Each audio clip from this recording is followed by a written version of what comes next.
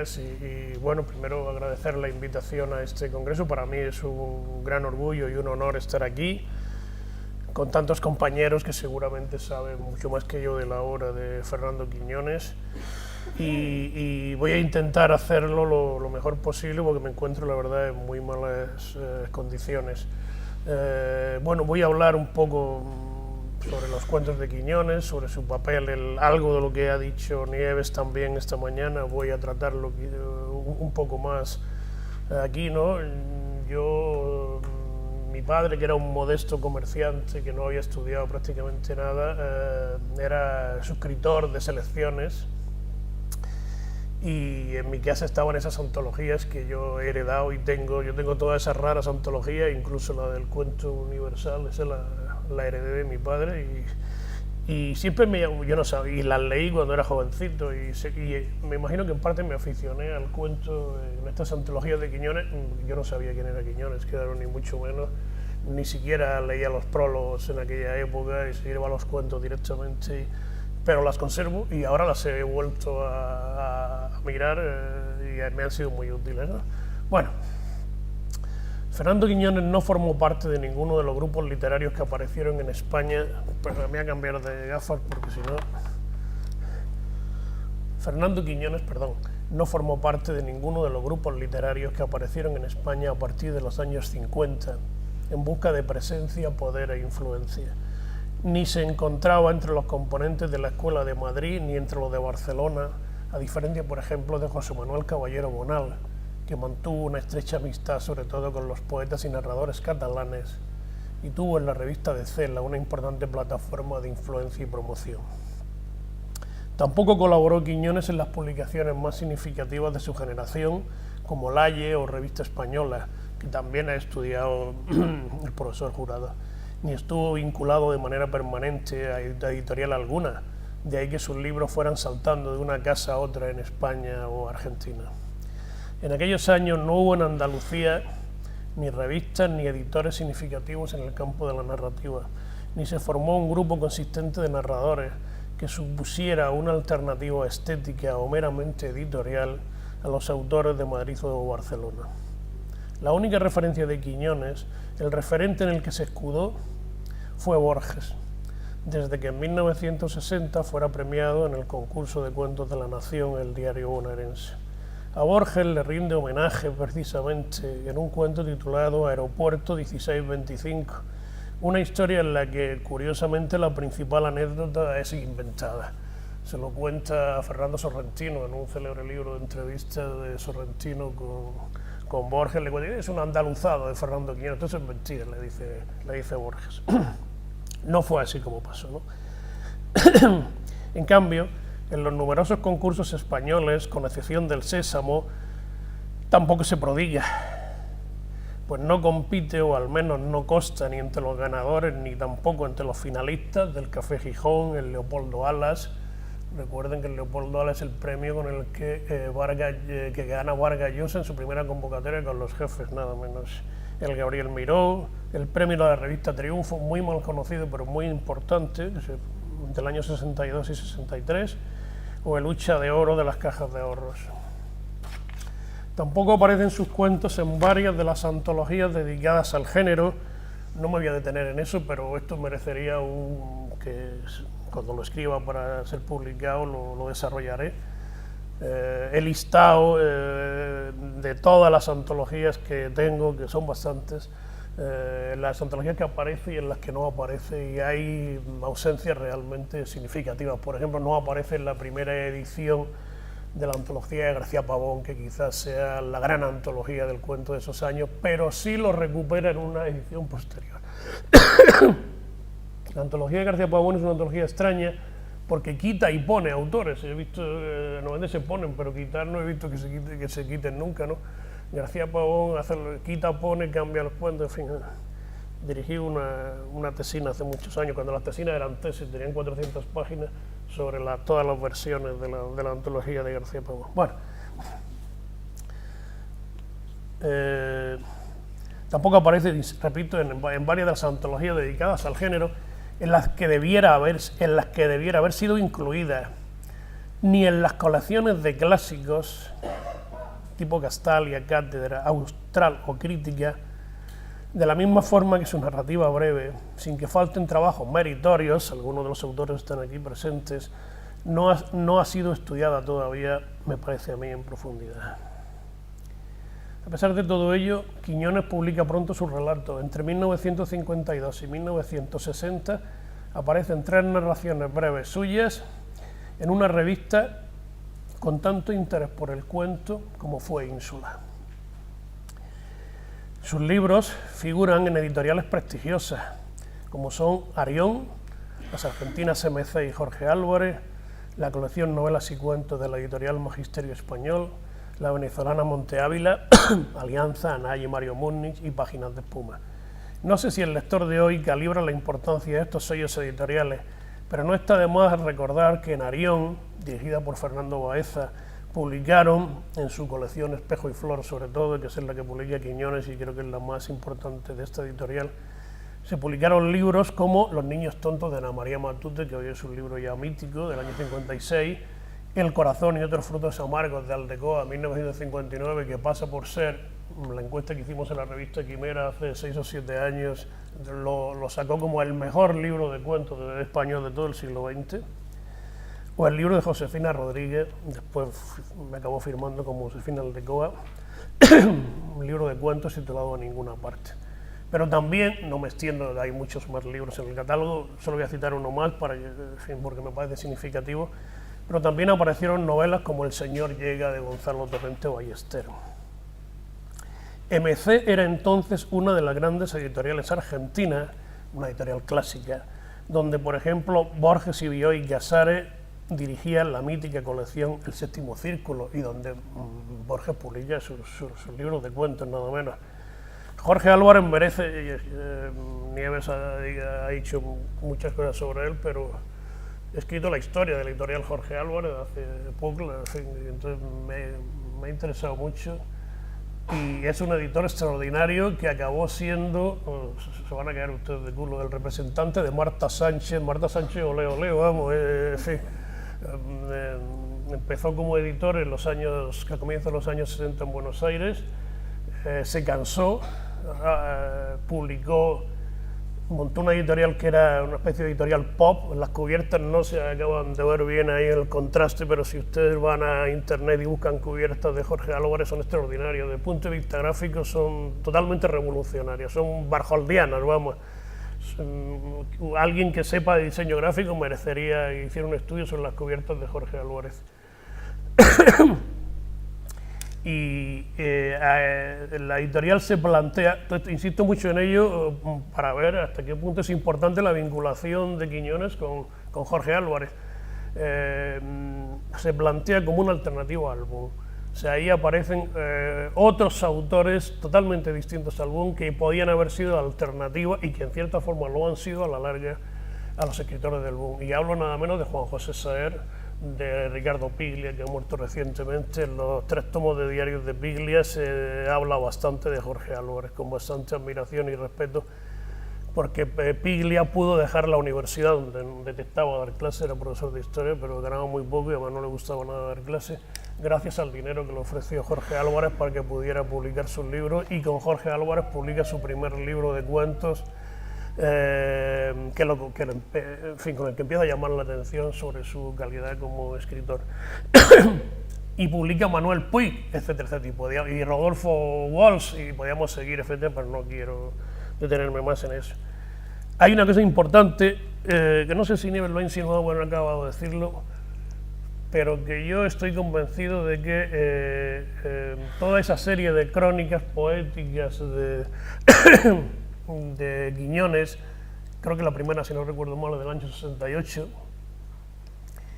el origen de ese concepto, crónica proviene de la colección de Jorge Álvarez. La colección de Jorge Álvarez debe empezar, no me acuerdo bien ahora de memoria, pero el año 64, eso el dato lo tengo, en fin.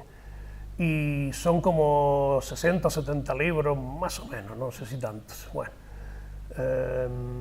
que dirige una señora, no me acuerdo, tú lo hablaste, Julia Costela, sí, que es colaboradora directa de Jorge, una militante radical izquierdista en la Argentina de esos años.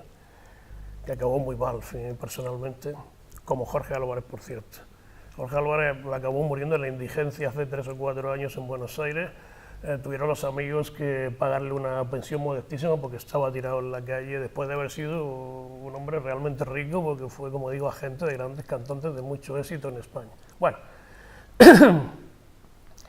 el caso es que Quiñones se vincula a esta, me imagino que en alguno de esos viajes argentinos debió conocer eso no lo sé, debió conocer a Jorge Álvarez, y ahí publica esas 2 crónicas que ya Nieves ha contado, no hace falta que insista más en ellas, ¿no? Pero en fin, me parece muy interesante que está por un lado vinculado a una gran editorial tradicional, muy tradicional y muy conservadora en cierta manera, como SMC, pero de un gran prestigio, y por otro lado a la editorial rupturista, vanguardista del momento, donde todos los jóvenes radicales quieren publicar, y donde, porque Jorge Álvarez era una editorial y una gran librería, además en el centro de Buenos Aires, en Tribunales, y era un centro de reunión y de conspiración y de tertulias literarias, o sea que era el lugar obligado donde todo el mundo que quería ser alguien, entre los jóvenes más heterodoxos, tenían que estar vinculados, como digo, a Jorge Álvarez. Ahí dirigió Colecciones Piglia,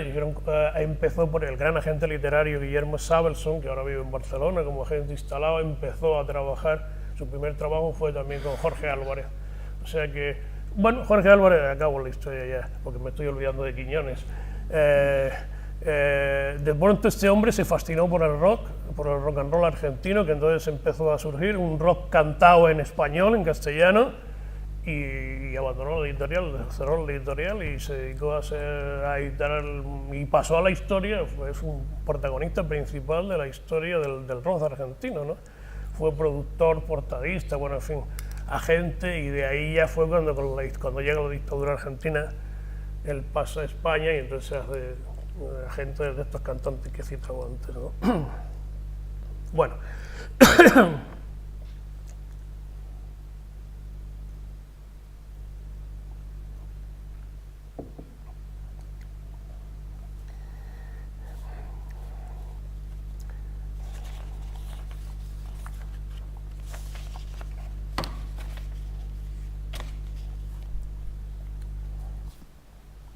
Lo único es que en Crónicas de España sí que hay que decirlo, me parece que eso Nieves no lo ha dicho. Es que todos los textos, que efectivamente, como ella ha dicho, no son cuentos, sino que hay de todo, está la guerra como telón de fondo. Y desde luego la cubierta con el toro ese me parece un poco afortunada. Yo creo que es de las peores cubiertas de la colección, pero bueno, dejémoslo, eso no tiene mayor importancia. Siguiente lugar donde publica, también un sitio quizás que hoy no calibramos bien lo que fue, pero porque tampoco nadie ha hecho la historia de esa colección, que fue fundamental, la colección Novelas y Cuentos de Magisterio Español. La colección Novelas y Cuentos de Magisterio Español estaba dirigido nada menos que por Manuel Cerezares, que era el marido de Carmen Laforet en ese momento. Y es una colección que, si hoy vemos su catálogo, impresiona, porque esas antologías que hace Quiñones para selecciones, en cierta manera se repiten, hechas por otras personas, también joyas del cuento norteamericano, joyas del cuento ruso, ese tipo de libros, y aparecen varios libros de Sender, cuando Sender no circulaba todavía en España. Sender, como seguramente saben, estaba fascinado, enamorado realmente de Carmen Laforet, y la correspondencia, si no la han leído, se la aconsejo mucho porque tiene muy sabrosa. La publicó Destino hace 4 o 5 años, ¿no? O sea que Novelas y Cuentos fue una colección fundamental, además no solo para esta generación, la de Quiñones, sino para la siguiente, porque en ella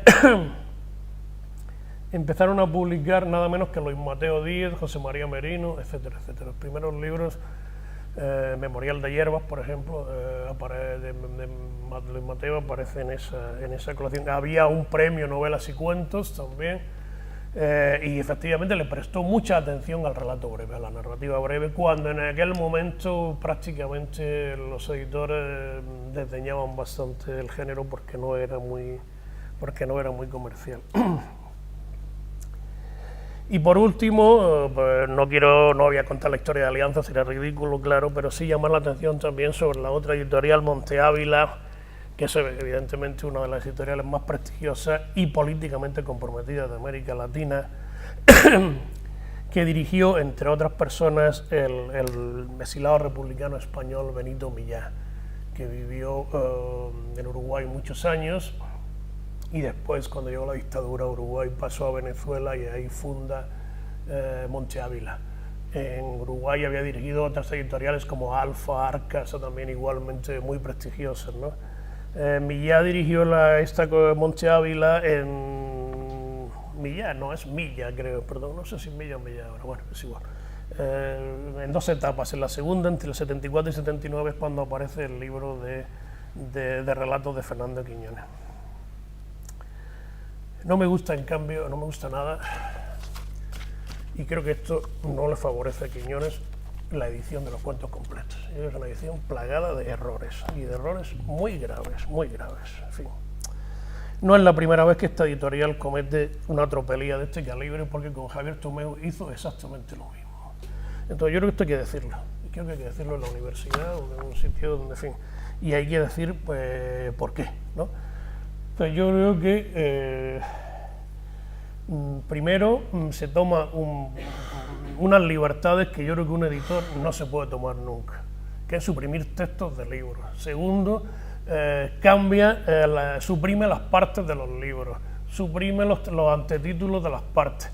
O sea, lo que estamos leyendo aquí suprime todos los prólogos y epílogos que Quiñones, pues, o sea, se toma unas libertades que son imposibles de aceptar de ninguna manera. O sea, si no tienen capacidad para editar unos cuentos completos, que no los edite. Pero no pueden tomarse unas libertades que el autor nunca hubiera permitido, pienso yo. Yo creo que esto es muy gordo y creo que todo esto perjudica mucho a la obra del autor. Lo que nosotros leemos en Páginas de Púas no son los cuentos completos tal como él los pensó, no son los libros de Quiñones tal como él los pensó, y esto me parece grave. En la de Tomeu hace una cosa similar, porque suprime todas las ilustraciones que había hecho Tomeu para sus libros. Las ilustraciones no eran ilustraciones gratuitas, graciosas, sino que los textos están vinculados a las ilustraciones y no se entienden los textos si no es con las ilustraciones, y suprimen todas las ilustraciones. Me imagino que por motivos económicos, pero eso no justifica la supresión, pienso yo. Bueno.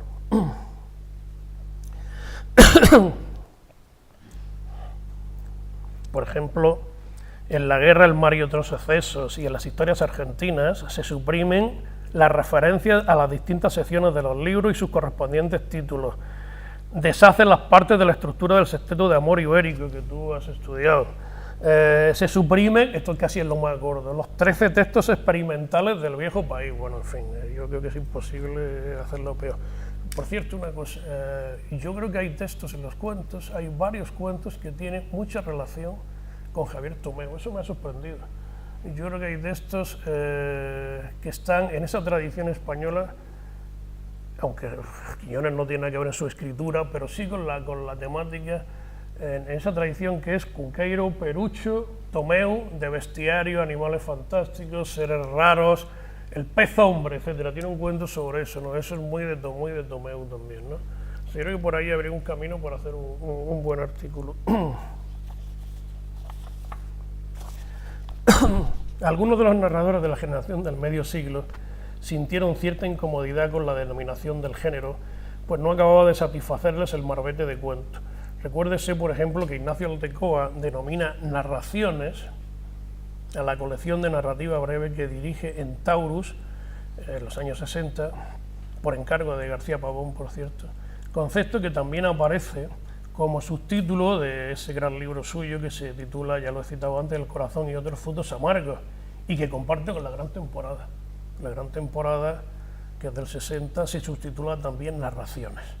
Aun cuando este último, cuando La gran temporada se reedita en Alianza en 1988, en cambio el subtítulo cambia y pasa a ser Relatos. ¿Cómo denominar entonces estos textos narrativos? Cuentos, relatos, narraciones o historias. En un artículo que se cita poco, curiosamente, que Quiñones me mandó en una revista que yo medio dirigía, o codirigía con otra gente, que es Las Nuevas Letras en la Diputación de Almería en los comienzos de la transición.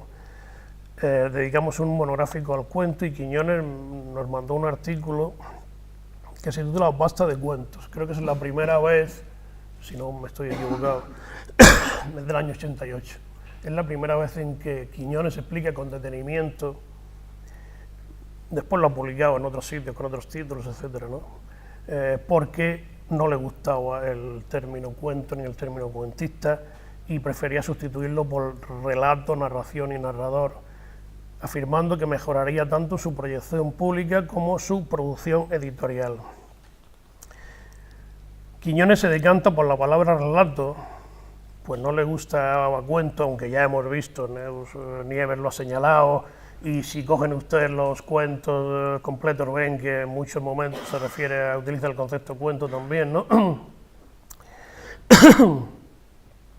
Quiñones se decanta por la palabra relato, pues no le gustaba cuento, aunque utilice el concepto, quizás por imposición editorial, como quizás ocurre con las antologías que publica en Selecciones, con la excepción de una de ellas. Pero se trata ya, pienso yo, de una batalla perdida por Quiñones, creo que hace tiempo además, pues parece haber acabado imponiéndose el marbete de cuento, mientras que apenas se utilizan los demás. Entre otras razones, porque los jóvenes escritores, los que continuaron a la generación de Quiñones, los que empiezan a publicar a mediados de los 70, una de las cosas que hacen es rescatar explícitamente el concepto de cuento. El caso de Merino quizás sea el más significativo, que él aboga por la defensa del término cuento. Y aunque esté mal que yo me cite, perdónenme, en el año 93 publiqué una antología en la colección Austral que tuvo un cierto éxito, se hicieron varias ediciones, que titulé Son cuentos. No era de manera gratuita, el título era en cierta manera un homenaje a Clarín, pero también una reivindicación del concepto de cuento. Pero cuando en 1976 Cortázar publica en el libro de bolsillo de Alianza Editorial sus cuentos completos hasta ese momento, los titula Relatos, simplemente los titula Relatos 1, Relatos 2 y Relatos 3. ¿Por qué? Él dice que cree, le parece, que el concepto relato apela a lo fantástico, mientras que el concepto cuento apela a lo realista. Insisto, no pensarían lo mismo los autores, al menos en España, los autores posteriores, ni siquiera los argentinos, donde se usa también el concepto cuento, ¿no? Si miramos en la generación posterior, un poco más allá de Merino, vemos que Luis Mateo Díez también reivindica el término cuento, que Álvaro Pombo, no pongo más ejemplos, con estos son suficientes, que Álvaro Pombo, en sus artículos teóricos, tiene un par de artículos teóricos sobre el cuento, habla de cuento, reivindica el concepto de cuento, pero en cambio, curiosamente, cuando Pombo publica su primer libro de narraciones breves, lo titula Relatos sobre la falta de sustancia. O sea que yo creo que también los escritores se toman menos a pecho estas cosas que nosotros, que le damos vueltas, nosotros los profesores, vamos, que le damos vueltas y revueltas y tal, y a ellos les da igual un día llamarles cuentos y otros relatos y otras narraciones breves y no se lo toman tan a pecho y hace muy bien por otro lado, no los critico. Tengas en cuenta de todas maneras, al decir esto, que Quiñones no es un teórico ni mucho menos, ni hace nunca en ningún momento ninguna reflexión profunda sobre lo que es el cuento, y que él mismo se define como un autor más intuitivo que reflexivo. Quizás sea en el relato titulado El ausente, donde formula una cierta poética del cuento, diferenciándola cito literalmente, de la descripción o prosipoema, o mera escena, o capricho, o cuento frito, dice. Y aprovecha además, y esto es curioso, para criticar a la literatura argentina, porque dice, le concede textualmente demasiado terreno a los puros juegos de la inteligencia. No sé si pensaba en Borges, porque entonces el maestro es Borges de estas cosas, pero bueno, en fin, lo dejo ahí. Tras la lectura de sus relatos completos, que he vuelto a releer ahora para esta conferencia, nunca había leído bien a Quiñones. Tengo casi todas las ediciones, las primeras ediciones, que las fui comprando a lo largo de los años, pero nunca lo había leído. Cuando salió esta edición me cabreó tanto el disparate que era que no, en fin, lo leí y la dejé, ¿no? Pero ahora me la he leído por primera vez seguida. Por un lado se empacha uno, claro, y no es la manera, creo, inteligente ni correcta de leer a ningún escritor, en fin, porque... pero por otro lado ves muy bien cómo va cambiando, cómo va evolucionando, con qué motivos se repiten, cómo varían los comienzos, los finales. Todo esto es muy significativo y yo creo, y que yo sepa, no está bien estudiado en Quiñones, ¿no? Él es muy consciente de todos los artilugios de la retórica, aunque quizás no haya reflexionado ni tenga un conocimiento, dijéramos, académico, ni erudito sobre eso, pero cuando lo ves cómo varía, por ejemplo, el final o cómo hace un principio de una manera determinada, ves que no está, que eso no le sale por casualidad. Ahí hay una reflexión detrás de todo eso, ¿no? O una intuición, vamos a decirlo así.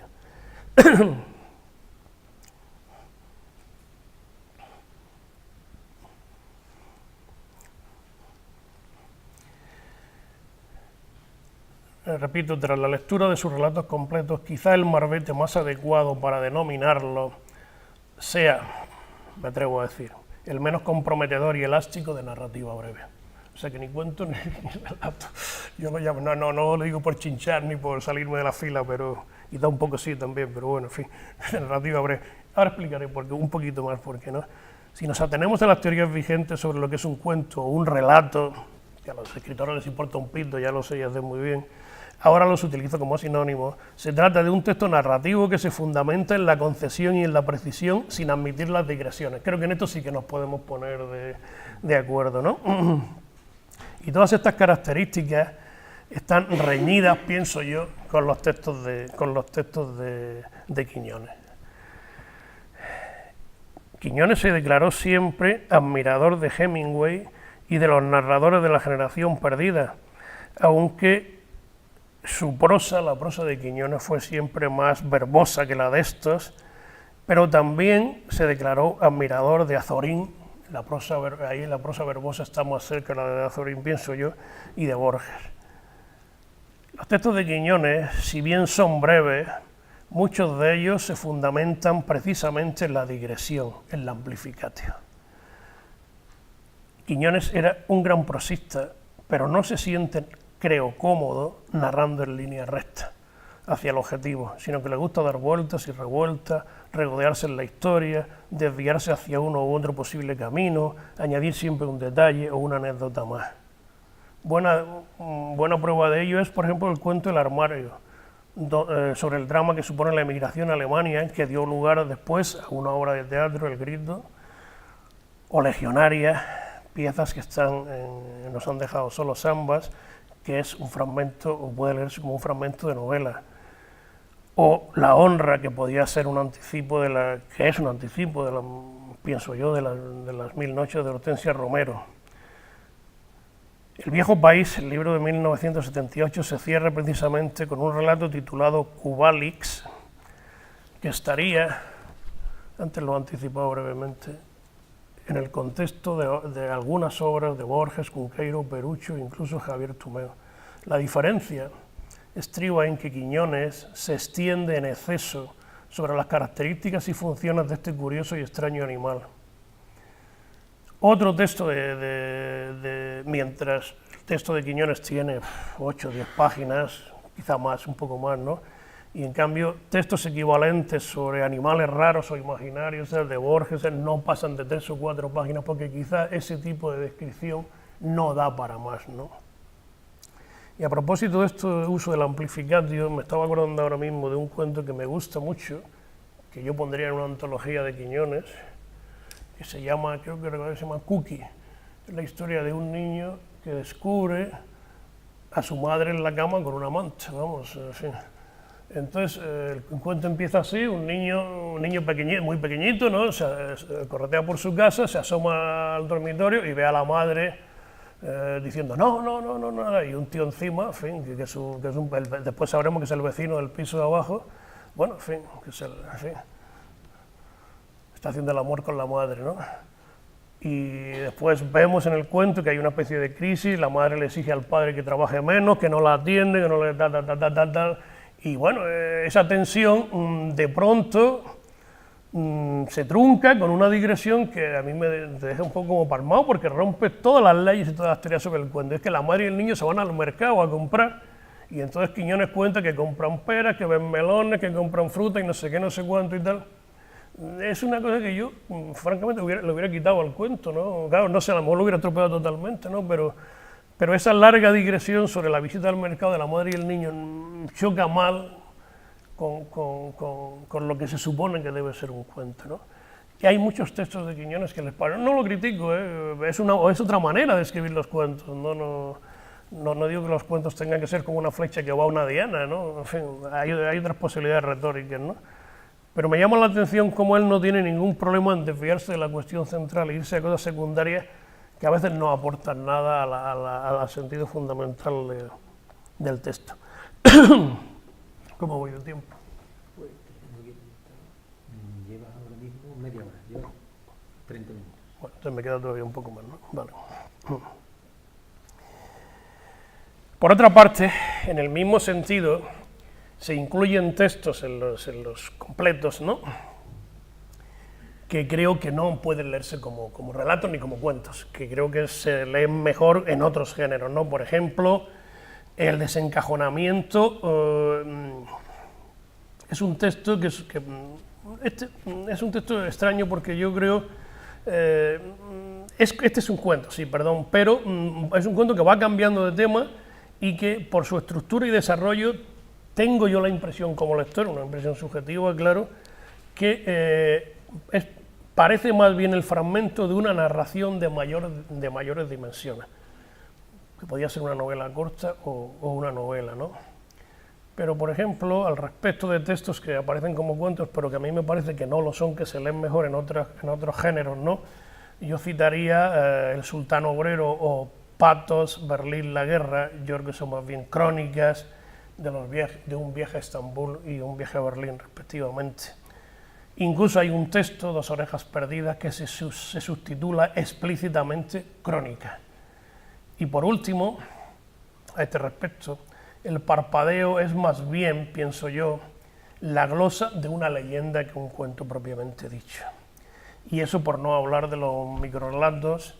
En un libro que tengo sobre el microrelato, que se titula Soplando vidrio, llamé la atención efectivamente sobre quizá el mejor de los de Quiñones, que yo pensaba que solo tenía ese, pero he visto después que no, que tiene algunos más, ¿no? Se llama La tumba giratoria. La tumba giratoria es un microrelato clásico y muy bueno, por cierto.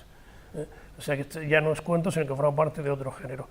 Aquí hay una sección en estos cuentos, en uno de los libros, que se titula Nuevas parábolas. Yo creo que varias de estas nuevas parábolas son cuentos, son microrelatos, perdón. No todos, porque algunos tienen demasiada extensión para ser considerados microrelatos, pero algunos creo que se leen mejor como microrelatos. Les recuerdo que este tipo de géneros, como las parábolas, las fábulas, etcétera, efectivamente el microrelato los ha usado mucho para dar versiones modernas de estos géneros clásicos, y yo creo que Quiñones lo que hace es efectivamente eso. Usa la parábola para... Monterroso hizo libros de fábulas, Juan Benet hizo libros de fábulas, Luis Huetti solo hizo libros de fábulas, etcétera. Es una tendencia de la literatura contemporánea. Bueno, sus relatos se publican, como saben, entre 1960 y 1997, y por tanto, Quiñones empieza a publicar un poco tarde sus libros de cuentos con respecto a los de la generación del medio siglo, que son de los primeros años 50. Aunque, sin embargo, se adelanta a uno de los grandes autores de la generación y autor de uno de los grandes libros de cuentos de esos años, que es Juan Benet. Juan Benet publica en 1961 su primer libro, que es precisamente de cuentos, y que es un libro, en mi opinión, fundamental para entender la historia del cuento de la posguerra, que nunca llegará a nada. O sea que, y seguramente la gran temporada y Nunca llegarás a nada, siendo libros totalmente distintos desde el punto de vista estético, son dos de los grandes libros de ese momento. También se anticipa a Alfonso Grosso, que publica Germinal y otros relatos en el año 62, y no digamos ya a Rafael Sánchez Ferlosio, que publica cuentos sueltos extraordinarios, sobre todo el celebérrimo Dientes, pólvora, febrero, lo publica en las revistas de la época, no me acuerdo ahora cuándo aparece por primera vez, quizá en la revista española, sí, no me acordaba. Pero no lo recoge el libro hasta el año 2005, nada menos. Eso es extraño y curioso, pero bueno, en fin, conociendo a Ferlosio tampoco es extraño nada, ¿no? Convive, por tanto, Quiñones con 3 generaciones de autores de relatos, pues a la ya citada le seguirá la que inicia su andadura en los últimos años de la dictadura y tiene como fecha emblemática 1980, con la publicación de Largo Noviembre de Madrid de Juan Eduardo Zúñiga y Mi hermana Elba de Cristina Fernández Cubas. Y por último, con aquella generación que se inicia en la narrativa breve a finales del siglo XX. Recordemos también, aunque sea muy rápidamente, que aquel año de 1960, donde aparece La gran temporada y 5 historias del vino, también publican obras de narrativa breve Carmen Martín Gaite, Las ataduras, Juan Goytisolo, Para vivir aquí, Jorge Ferrer Vidal, Cuando lleguen las golondrinas con la primavera, y Manuel Pilares, Cuentos de la buena y de la mala pipa. Sin duda ninguna, en mi opinión, el gran libro de ese año de cuentos es La gran temporada, pienso yo, superior incluso al de Carmen Martín Gaite, que por cierto fue muy generosa con Quiñones porque le dedicó una reseña muy elogiosa en Diario 16, que después se ha recogido en algunos de sus libros de ensayos. La mayoría de los cuentos de Quiñones, esto habría que estudiarlo con más detenimiento y más sistemáticamente, pero la mayoría se ha dicho ya aquí también, ¿no? Están contados en primera persona con narradores testigos o seres que recuerdan alguna historia singular de su pasado. Así, por ejemplo, le confiesa a este profesor americano, Wood se llama, creo recordar, ¿no? que le hace una entrevista interesante en la revista Confluencia, que todos sus relatos de índole popular están casi siempre en primera persona y los del resto suele valerse de la tercera. Así es, en efecto. Pero el caso más insólito, por señalar un caso singular, sea el del cuento titulado El manso, que pone el foco narrativo en un toro. En varias ocasiones necesita un interlocutor que no siempre sabemos quién es, aunque sospechamos que podría ser el propio autor. No en vano, en alguna ocasión, como ocurre, por ejemplo, en ese cuento titulado Aquel tan raro, se llama, curiosamente, Fernanda. Y recuérdese, esto es conocido también, que muchas de sus narraciones recogen experiencias personales transformadas, como Borges mismo testifica en el cuento de Buenos Aires, pero que nos hace sospechar a los lectores que tienen que ver directamente con su vida, como ocurre, por ejemplo, por citar una titulada Hoy playa no.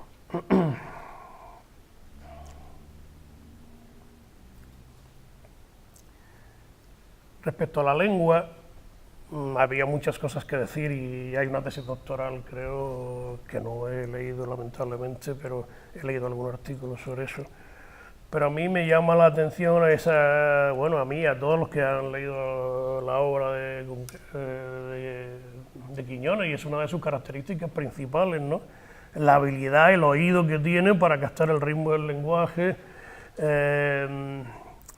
A mí a veces se me hace un poco pesado todo eso, yo siento decirlo aquí, espero que nadie se moleste ni se ofenda, pero a mí Legionario me gusta mucho y tal, pero al final todo ese, leyendo los cuentos, hay una especie de abuso del habla, de la transcripción del habla andaluz, eso funciona muy mal. A lo mejor para un andaluz no nos resulta tan chocante, ¿no? Pero pensar en un lector de Galicia o de Burgos o un alemán que le interesa la literatura española, y suena un poco acostumbrista. A mí yo creo que eso es un error que él cometió. O sea, a lo mejor si hubiera hecho un cuento de una novela hubiera estado bien, pero la insistencia constante en eso, o tantos textos como tiene en ese tono, a mí me parece que eso no le ha favorecido demasiado. Es indudable que tiene un oído extraordinario y maravilloso, y eso lo prueba no solo cuando remeda el habla andaluza, sino cuando remeda, por ejemplo, el italiano, que lo hace en algún cuento, o incluso el porteño. Hay un cuento que se llama 37,3 con Celosa y Flor, que remera el argentino, que no es muy difícil de remedar, pues dicho se de paso por otro lado, ¿no? Quiñones, Ricardo Senabre, en una reseña breve pero muy enjundiosa, como todas las suyas, en el Cultural, cuando se publican los cuentos completos que él vio con más benevolencia que yo, era Senabre señala que Quiñones, estoy totalmente de acuerdo con él, era un prosista excelente, que supo, un prosista, dice, fijaros, no sé si está hecho con mala intención por parte de Senabre, no dice novelista, ni dice cuentista, ni escritor de cuentos, sino dice prosista, que supo encontrar el difícil equilibrio entre el lenguaje culto y los registros coloquiales. Esto es cierto, o sea, aparte, en fin, yo creo que él dosifica muy bien una cosa y otra, y bueno, en fin, tanto las novelas como los cuentos en que utiliza este mecanismo, yo creo que te capta, te engancha y quedas atrapado ahí en el lenguaje de Quiñones, que yo creo también que dignifica el habla andaluza en cierta manera, ¿no? Porque le da el uso de la metáfora, de la imagen, de la frase ingeniosa, de la sentencia, etcétera. Todo eso creo que es de un gran valor, ¿no? Otro aspecto que me ha interesado mucho, pero que no puedo desarrollar, y me había traído algún ejemplo, pero bueno, me lo voy a saltar porque si no, no acabaré. Y que creo que tampoco se ha estudiado y merecería hacerlo, ¿no? Es la habilidad que tiene como retratista de personajes, yo creo. Retrata muy bien tanto los personajes principales como los secundarios, y los trata con mucha intención. Antes creo que Alberto ha sido el que ha reproducido un cuadro aquí de Gutiérrez Solana, efectivamente a veces lo retrata con brocha gorda, pero muy bien, de tal manera que ves al personaje, ¿no? Lo teatraliza en cierta manera, ¿no? Al retratarlo. Hay muchísimos retratos, yo tengo aquí señalados 10, 14 o 15, pero hay muchos más. Habría que coger, eso daría para una buena tesina o para un TFG o TFM, como demonios se llame ahora estas cosas, ¿no? En fin, estudiar cómo trabaja la técnica del retrato, ¿no?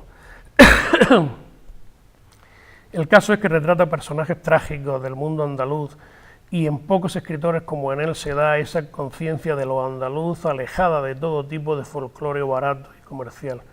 Así, por ejemplo, los empleados de las bodegas, toreros, apoderados, cantaores, prostitutas, contrabandistas, por ejemplo, en ese cuento Primavera de 1916, emigrantes, mineros, pescadores, seres casi siempre solitarios y derrotados, vencidos.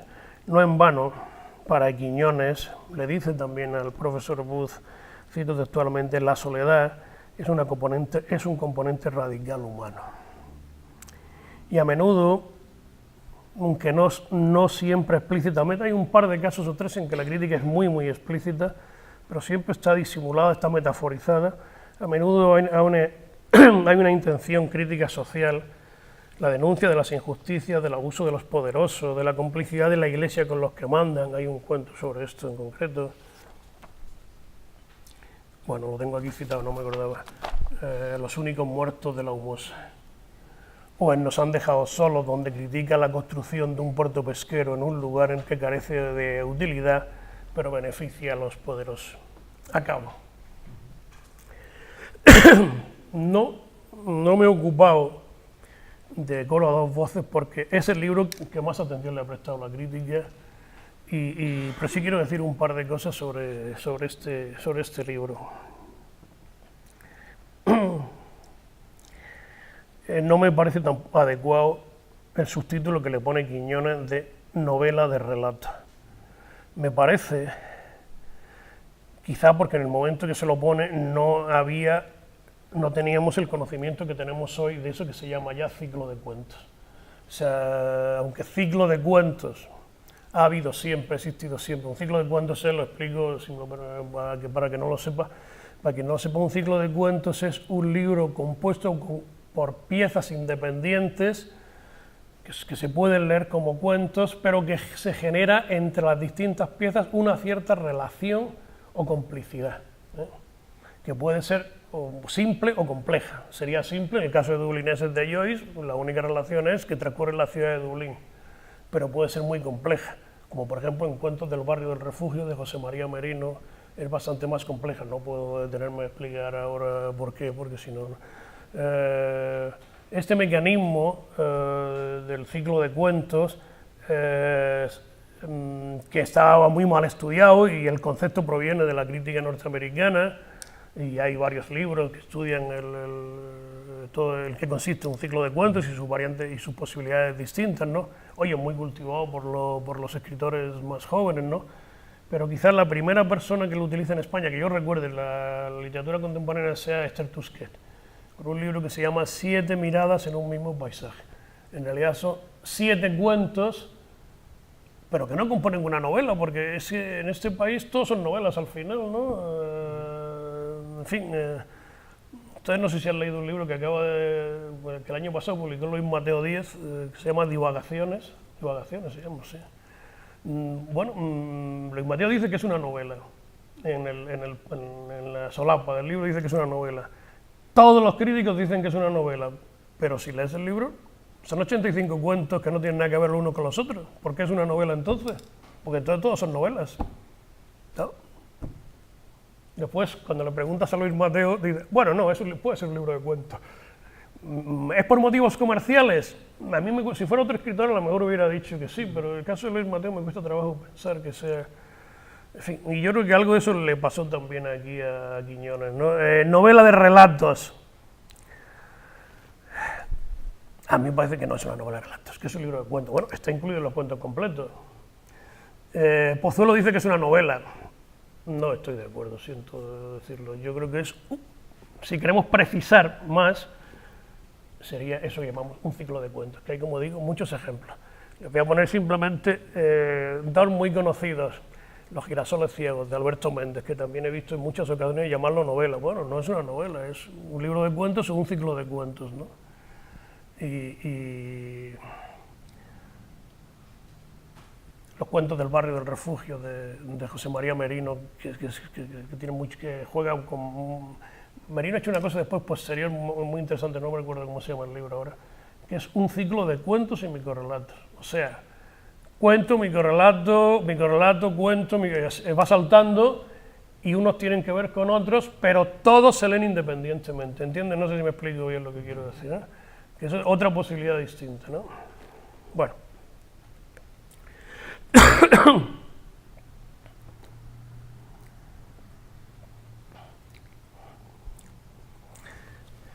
Acabo de verdad ahora ya. A mí me parece que Quiñones es un escritor de cuentos extraordinario, que merece un lugar en la historia del cuento mucho más destacado del que ha tenido hasta ahora. En este libro mío que ha traído, que es un ladrillo, como ven ustedes, no le digo ningún trabajo a Quiñones, o sea que el primer culpable soy yo. ¿Por qué? Pues porque a lo mejor si este congreso hubiera sido hace 3 años, pues ahí habría un artículo de 30 páginas sobre Quiñones. O sea que a veces trabajamos un poco por el puro hacer, ¿no? O sea, a veces trabajamos, en fin, por una serie de circunstancias que no son siempre las de la justicia literaria, ¿no? ni las de contribuir a un mejor conocimiento de la historia literaria. Yo creo que Quiñones tiene cuentos que deberían... Los cuentos de Quiñones deberían estar en cualquier antología, en las antologías más exigentes del cuento español del siglo XX, tendría que estar Fernando Quiñones. Quizás sea un autor que habría que hacer una buena antología de cuentos en una colección de esas de clásicos, ¿no? Castalia, muy venidas a menos ahora todas ellas, lamentablemente, pero bueno, en fin. Y eso contribuiría, yo creo, al prestigio y a la difusión de sus cuentos. Pero yo creo que hay muchos cuentos, más que de sobra, para escoger 8, 10, 12, que son los que pueden caber en una antología, que llamen la atención sobre esta obra y que los lectores vayan a ver el conjunto mayor de sus libros de cuentos.